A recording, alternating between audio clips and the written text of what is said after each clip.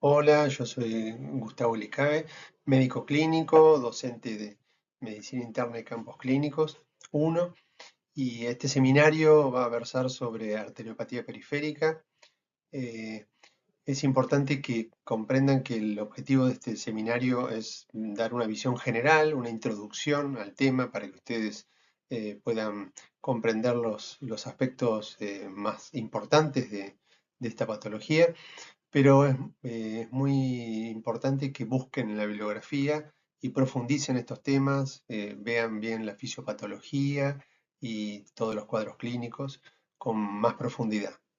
Eh, la enfermedad vascular periférica, ustedes van a ver este concepto, enfermedad vascular periférica, en muchos libros en donde lo que van a encontrar es una combinación de distintas enfermedades arteriales con enfermedades venosas descritas por separado.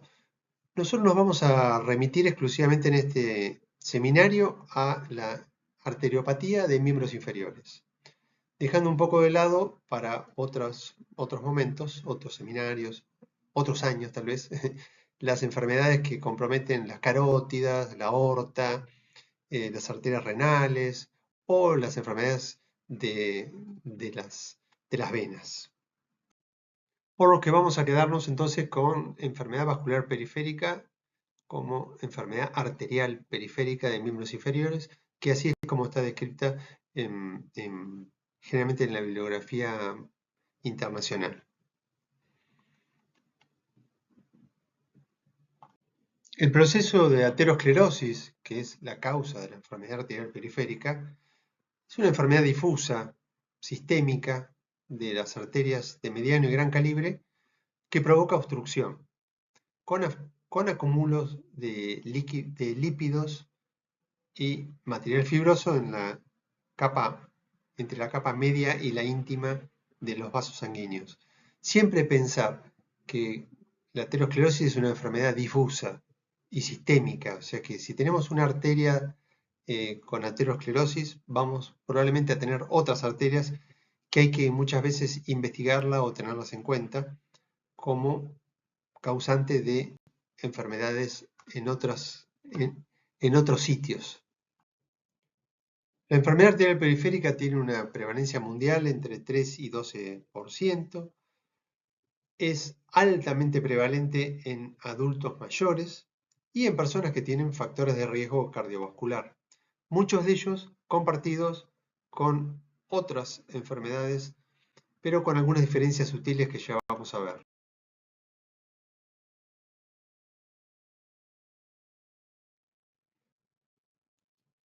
Ambas enfermedades, tanto la enfermedad coronaria como la enfermedad arterial periférica, comparten muchos de los factores de riesgo: edad, sexo, tabaquismo, hipertensión, hiperlipidemia, diabetes y antecedentes familiares. Los más importantes para enfermedad arterial periférica son el tabaquismo, principalmente porque afecta al proceso de obstrucción de los miembros inferiores más frecuentemente que a las arterias coronarias. Prácticamente es raro ver personas que tengan enfermedad arterial periférica que no tengan diabetes o que no tengan tabaquismo. La edad afecta por igual, con un poco de predominancia en personas mayores de 70 años de la enfermedad arterial periférica y más jóvenes en la enfermedad coronaria. El sexo es algo que lo afecta por igual desde el punto de vista estadístico. La hipertensión arterial también. La hiperlipidemia afecta más frecuentemente a la enfermedad coronaria que a la enfermedad arterial periférica. La diabetes tiene una relevancia significativa por el hecho de las comorbilidades que trae aparejado tener diabetes, como es tener neuropatía diabética. Pero desde el punto de vista del proceso de aterosclerosis es similar. Los antecedentes familiares son más frecuentes en la enfermedad coronaria que en la enfermedad arterial periférica. Hay otros factores de riesgo, algunos muy relevantes, como es la enfermedad renal crónica, a tal punto que hoy en día los factores de riesgo se están denominando factores de riesgo cardio-reno-metabólicos por el componente significativo que tiene el presentar enfermedad renal crónica como factor de riesgo cardiovascular. Síndrome metabólico también, esta constelación de hiperglucemia, dislipemia o resistencia a la insulina, obesidad central. También es muy significativo, sobre todo en mujeres, para producir enfermedad arterial periférica. Los condicionantes ambientales, como la exposición a metales pesados, ya sea cadmio, arsénico, plomo, que pueden ser de desperdicios generados por el hombre, o en el caso del arsénico puede estar relacionado con distintas características del suelo que contaminan el agua.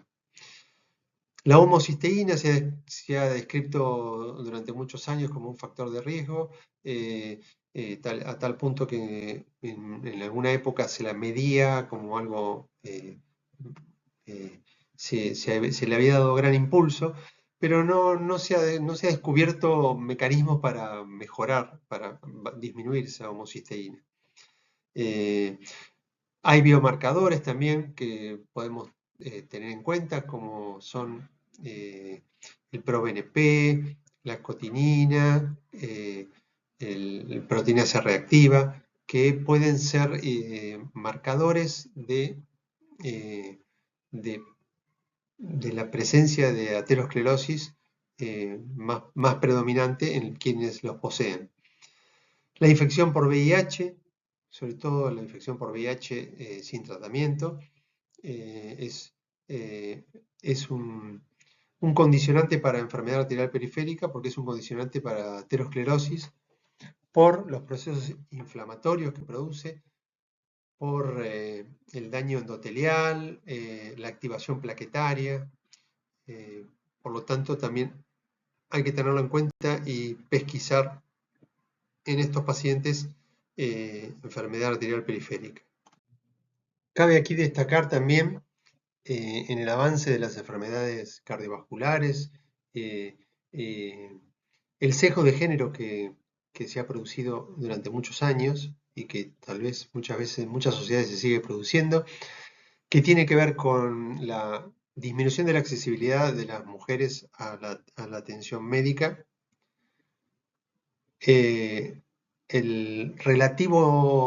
la relativa detección o subestimación de los síntomas por tener presentación a veces atípica con respecto a las descripciones originales que se hicieron de las enfermedades cardiovasculares en las mujeres.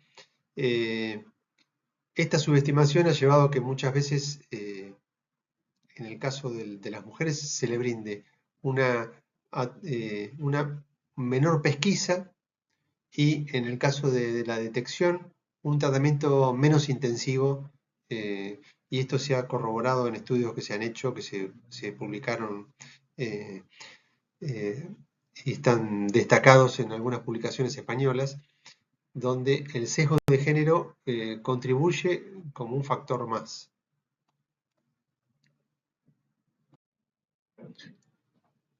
La enfermedad arterial periférica comienza en sus factores de riesgo, como una enfermedad crónica. En un comienzo las personas pueden estar aparentemente saludables, pero bueno, el tabaquismo, la diabetes, todos estos factores de riesgo que describimos anteriormente pueden contribuir a que esta enfermedad se haga sintomática. Entonces tenemos como distintas instancias para detectarlo. En una primera instancia es detectarla precozmente. Una segunda instancia cuando se presenta ya con sus primeros síntomas, por ejemplo la claudicación intermitente. Y una última instancia donde se presenta como enfermedad que amenaza el miembro.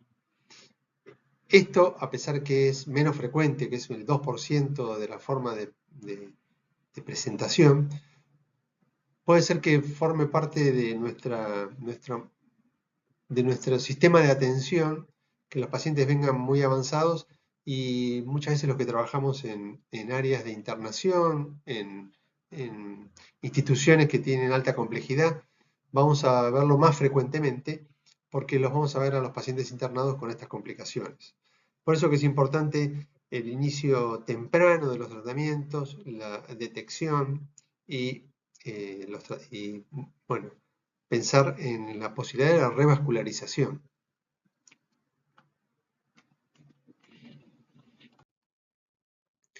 Importante destacar el tema anatómico, ¿no? Reconocer los tres segmentos más en los que podemos dividir arbitrariamente al, a la- al sistema circulatorio arterial que lleva la sangre a los miembros inferiores. Un primer segmento, el aorto ilíaco, que va desde la arteria aorta hasta la finalización de la ilíaca y el comienzo de la arteria femoral. Un segundo segmento que es el fémoro popliteo, que llega hasta el hueco popliteo, y un tercer segmento que es el tibio peroneo. En general, cuando los pacientes están con claudicación intermitente, generalmente hay por lo menos un segmento comprometido. Cuando hay dolor de reposo o compromiso del miembro, más de un sector, 2 o 3 sectores. La aparición de solo un sector, como por ejemplo en el caso del tibio peroneo aislado, suele darse más que nada en personas con diabetes. No es tan frecuente que solo esté comprometido tibio peroneo si no hay diabetes. Como veníamos diciendo, los pacientes pueden estar asintomáticos, hasta en un 50% de los pacientes que tienen enfermedad arterial periférica. Pueden presentar esa claudicación clásica del 10 al 35%, que no es la mayoría, o tener dolor de piernas atípico, ya sea un dolor que no es una claudicación clásica, que no aparece con el esfuerzo y disminuye con el reposo y vuelve a aparecer con el esfuerzo, o tener un cuadro de extremidad amenazada, como dijimos en el 1 al 2%. Como veníamos diciendo, los pacientes pueden estar asintomáticos, por eso es muy importante la detección temprana. ¿A quién le vamos a tratar de no olvidarnos de hacer una detección temprana? Mayores de 70 años, personas entre 50 y 69 años que tengan factores de riesgo, como por ejemplo fumadores, diabéticos, en esos en especial, pero también los que tienen factores de riesgo como hipertensos, personas con dislipidemia, bueno, todos los factores de riesgo que hoy estuvimos nombrando. Es importante la detección a través de el pulsopedio ausente o anormal.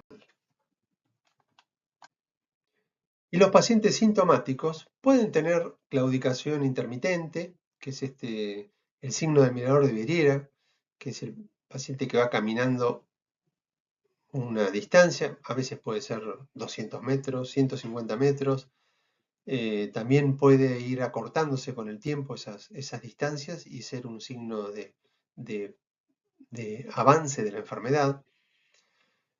El paciente se tiene que detener porque le duele. En general, el dolor puede estar ubicado en la región de la pantorrilla, los músculos gemelos.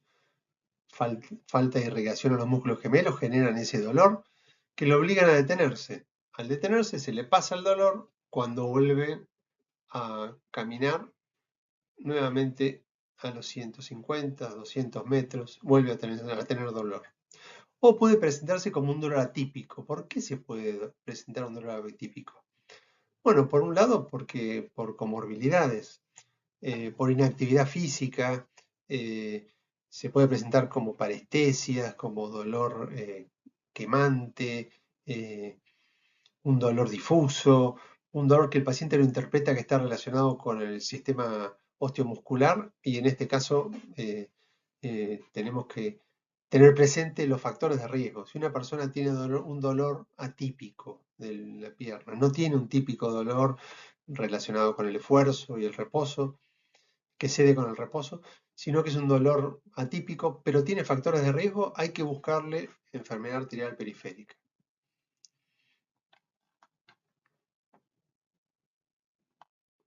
Y la tercera forma de presentación es la de extremidad amenazada. ¿Qué quiere decir extremidad amenazada? Es aquella extremidad que si no actuamos rápidamente, estamos condenando a esa persona a sufrir una amputación.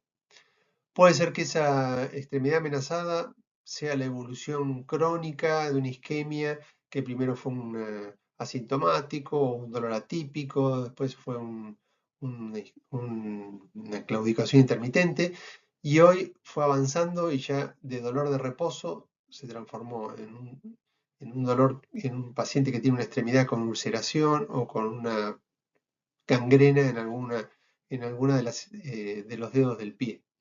O puede ser una isquemia aguda, que es un dolor agudo que se produce dentro de las últimas 2 semanas, con parestesias, frialdad, palidez, pulsos ausentes.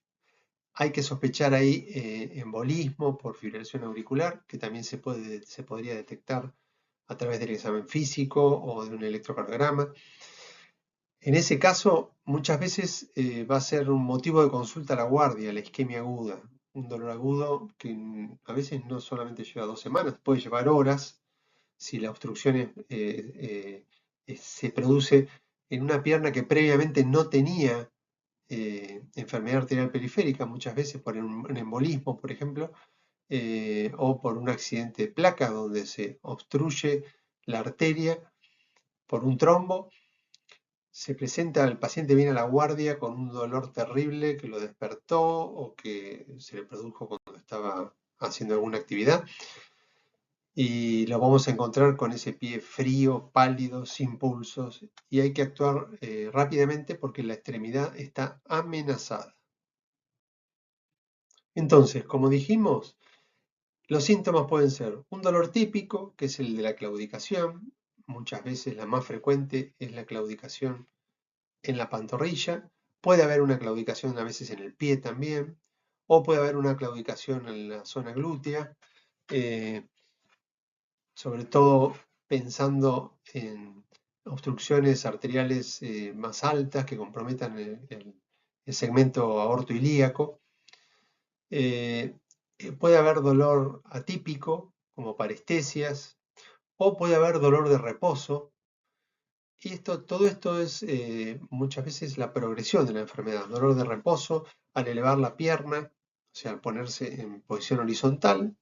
La pierna ya no está en posición declive, sino que está en posición horizontal y ahí empieza el dolor. Se despierta a la noche.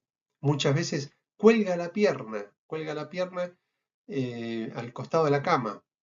¿Por qué? Porque de esa manera logra que en la columna de sangre, a través de la fuerza de la gravedad, pese más y venza la resistencia periférica y mejore la circulación.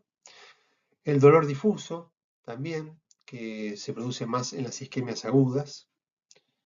Estas son las formas de presentación sintomática. Además de los síntomas, el paciente puede presentar signos en el examen físico. Comenzando siempre el examen físico por los signos vitales, tenemos la temperatura sistémica, para saber si ese paciente tiene fiebre, porque puede tener como componente más una infección, conocer la tensión arterial, acá también el pulso periférico, saber que el pulso periférico puede estar alterado en alguna arritmia que condicione muchas veces procesos embólicos que tapen las arterias. Y el índice tobillo-brazo. ¿Qué es el índice tobillo-brazo? Es una relación entre la presión arterial sistólica del tobillo con la presión arterial sistólica del brazo. Y se procede de la siguiente manera. Se debe tomar la tensión arterial sistólica de ambos miembros superiores en 3 oportunidades y hacer un promedio de esas tensiones sistólicas y dividirlas por la tensión arterial sistólica que dio en el tobillo, o sea, el tobillo sobre la tensión arterial sistólica del brazo. ¿Cómo se mide la tensión arterial sistólica? No se debe medir ni con método ocultatorio ni con un tensiómetro digital, sino que se debe medir con una sonda Doppler. Ese es el único inconveniente tecnológico que nos dificulta por ahí hacerlo en forma generalizada. Pero sería bueno tenerlo eh, para, para poder detectar tempranamente, porque es una prueba de muy alta sensibilidad, el índice tobillo-brazo, que también mide el riesgo cardiovascular. Las personas que tienen un índice tobillo-brazo por menor de 0,9 no solamente tienen arteriopatía periférica, sino que también tienen mayor riesgo cardiovascular.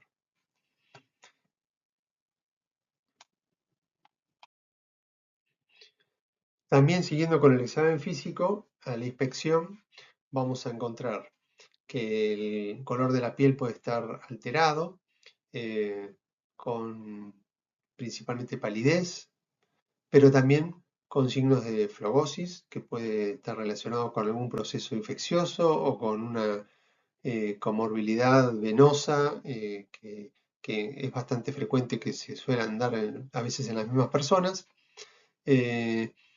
La falta de vello, o sea, las faneras, tanto el vello como las uñas, pueden presentar alteraciones por mala irrigación. Falta de vello, trastornos tróficos de las uñas, la presencia de úlceras o la presencia de gangrena, que ya vamos a ir viendo. A la palpación y a la ocultación podemos detectar los pulsos, que vamos a comenzar tomando los pulsos en la región inguinal, el pulso femoral, el pulso popliteo, los pulsos tibial posterior y pedio.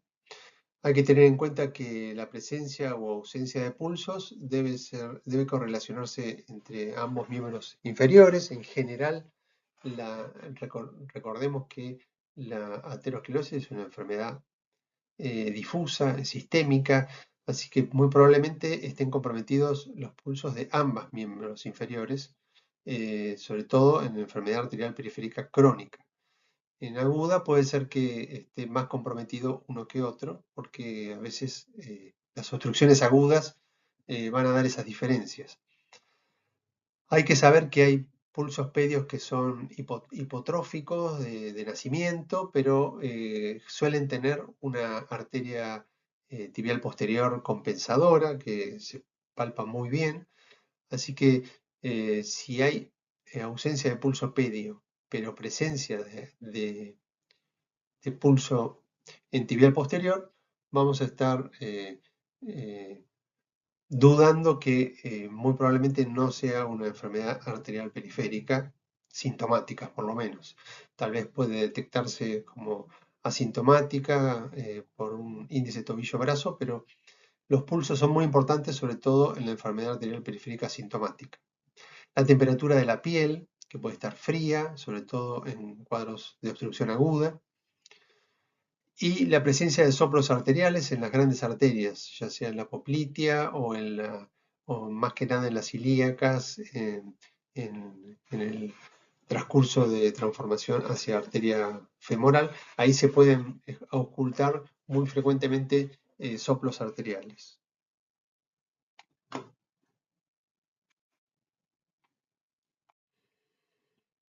Formando parte del examen físico, tenemos la maniobra de Werger, que es una maniobra que va a evidenciar con los cambios de posición de las piernas signos de arteriopatía periférica en general avanzada. Se procede en un primer tiempo a levantar las piernas. Cuando las piernas se levanten, vamos a notar que se ponen pálidas por el vaciado de sangre. Y en un segundo tiempo vamos a ver, vamos a ponerlas en declive colgando de la camilla. Ahí lo normal va a ser que pierna se vuelva rosada nuevamente de lo pálido que estaba en el transcurso de menos de 20 segundos. Si demora más de 20 segundos y la pierna sigue estando pálida, y a veces puede haber diferencia entre una y otra, pero si siguen estando pálidas las piernas, eh, tardan más de 20 segundos y la vuelta del color no suele ser rosado, sino rubicundo o cianótico, es un indicio de obstrucción arterial periférica. Sepamos que es una maniobra que se va a poner de manifiesto principalmente en enfermedad arterial periférica avanzada. En el mismo examen físico vamos a encontrar muchas veces úlceras, que tienen ciertas características que la diferencian con otro tipo de úlceras. Suelen ser más en sacabocado, en superficies de presión, o sea, en la base de metatarsianos o en las zonas más extremas. Suelen ser pálidas, secas y dolorosas. O sea, mayoritariamente son secas, no suelen tener, excepto que el paciente las cubra y tenga alguna secreción, o que tenga, si tiene mucha secreción, hay que pensar que puede haber surgido una infección.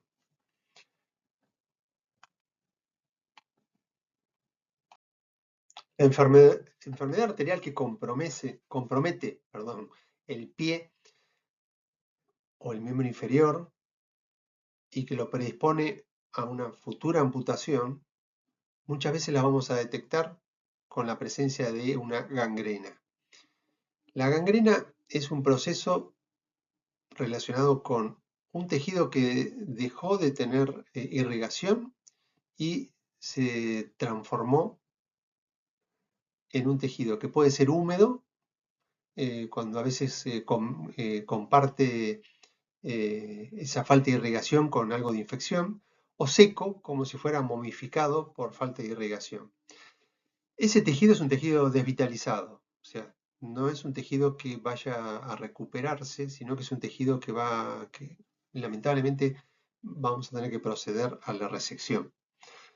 Por eso es que ante la presencia mínima de gangrena, sabemos que esa extremidad está amenazada y sería importante rápidamente proceder a realizar una evaluación urgente, a ver si necesita una revascularización, si es que se puede hacer una revascularización, o si se puede retirar ese tejido desvitalizado para evitar que siga produciendo compresión por el proceso infeccioso acompañante o por el proceso inflamatorio, que comprime pequeños vasos y aumenta más aún la isquemia.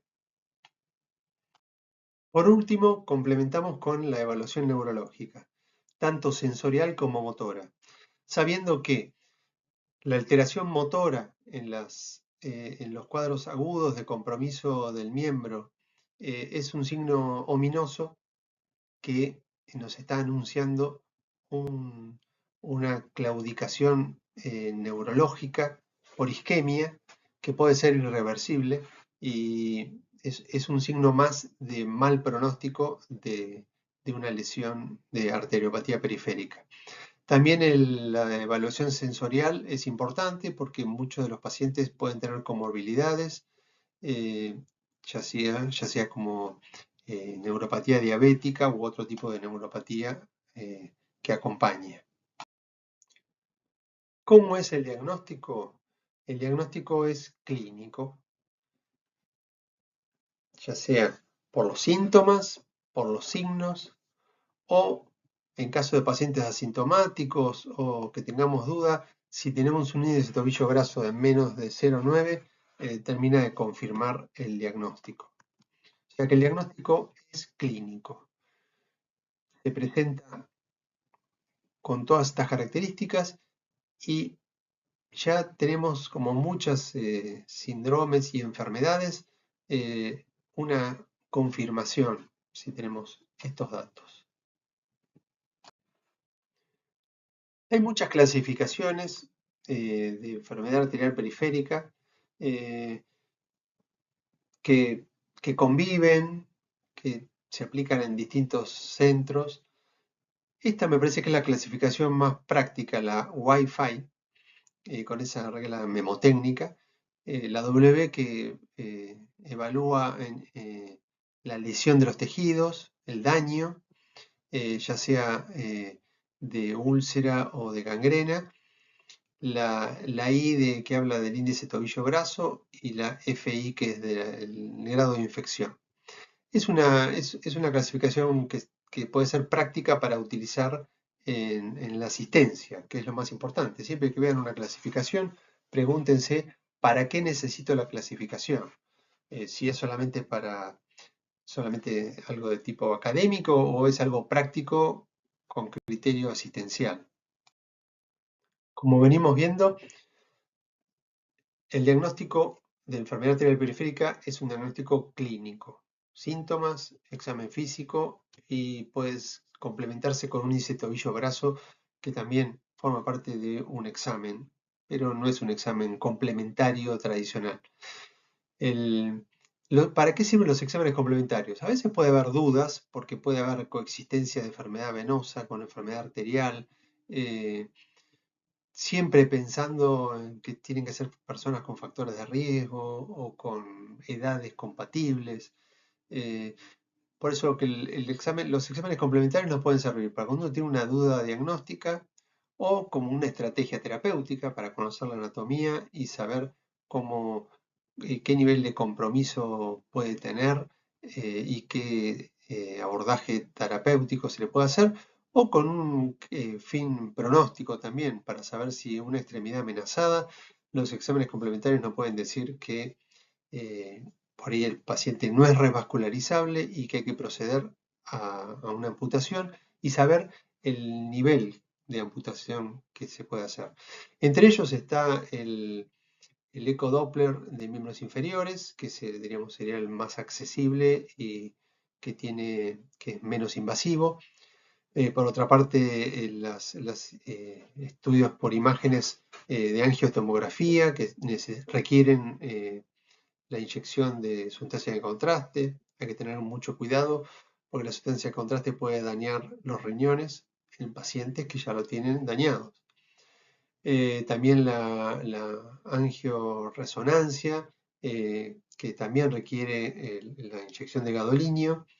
El gadolinio a veces puede producir también enfermedad renal y ahora hay algún gadolinio que ha aparecido nuevo que evita los daños renales también.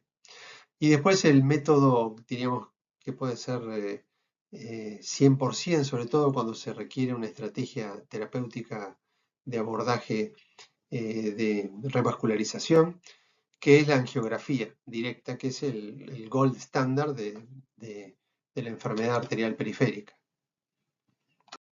Al analizar el tratamiento, volvemos a este criterio de asintomático o sintomático. Asintomáticos son las personas que tienen factores de riesgo cardiovascular, hipertensión, diabetes, hiperlipidemia, todo aquello que puede controlarse. El abandono del tabaco, o sea, hacer consejería de cesación tabáquica, aconsejar ejercicios que no solamente tienen un fin de preventivo en pacientes asintomáticos, sino también en pacientes sintomáticos, ayudan al desarrollo de circulación colateral y disminuyen los síntomas. Dentro de los pacientes sintomáticos, aparte de todo lo que ya dijimos que se le suma, vamos a agregar terapia antitrombótica, que puede ser aspirina, clopidogrel, rivaroxaban también, que en los últimos tiempos se ha incorporado también como una alternativa, o la revascularización según la evolución que tenga ese paciente. Siempre recordando que el tratamiento de los cuadros agudos que comprometen el miembro hay que desarrollarlos en forma urgente. Repito, la isquemia crónica que amenaza la extremidad requiere revascularización, ya sea percutánea, como angioplastía con stent o cirugía de bypass. No pueden los pacientes quedar internados en lugares o ser atendidos en lugares donde no se cuenta con eso. hay que derivar, esos pacientes requieren derivación. ¿Por qué? Porque si no terminan perdiendo la extremidad y es necesaria una amputación. O sea que es importante. Algunas veces no pueden hacerse la revascularización. Muchas veces los pacientes diabéticos tienen mala circulación distal y fracasan los tratamientos. Sabemos que la revascularización es un factor de riesgo para una isquemia crónica, una isquemia que amenaza una extremidad, porque muchas veces puede haber complicaciones, se puede tapar un bypass o se puede tapar un stent y pero bueno, muchas veces cuando es necesario y no hay otra solución, la revascularización hay que tenerla presente.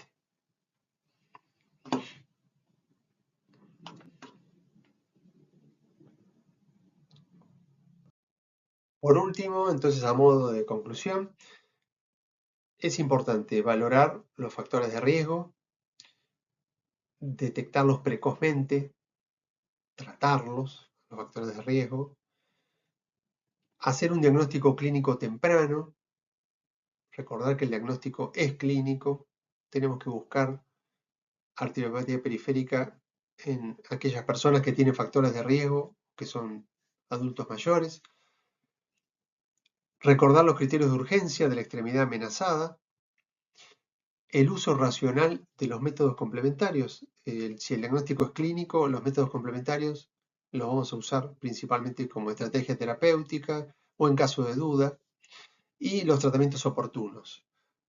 ¿Por qué? Porque lo que queremos evitar es personas que pierdan los miembros. Eso es fundamental para generar discapacidad, evitar personas que muchas veces, a veces por su edad o por sus comorbilidades no pueden ser equipadas, como se dice cuando una persona pierde un miembro, poner una prótesis a veces no es fácil.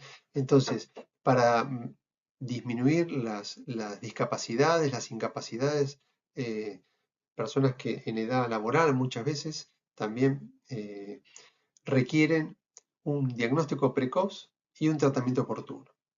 Muchísimas gracias.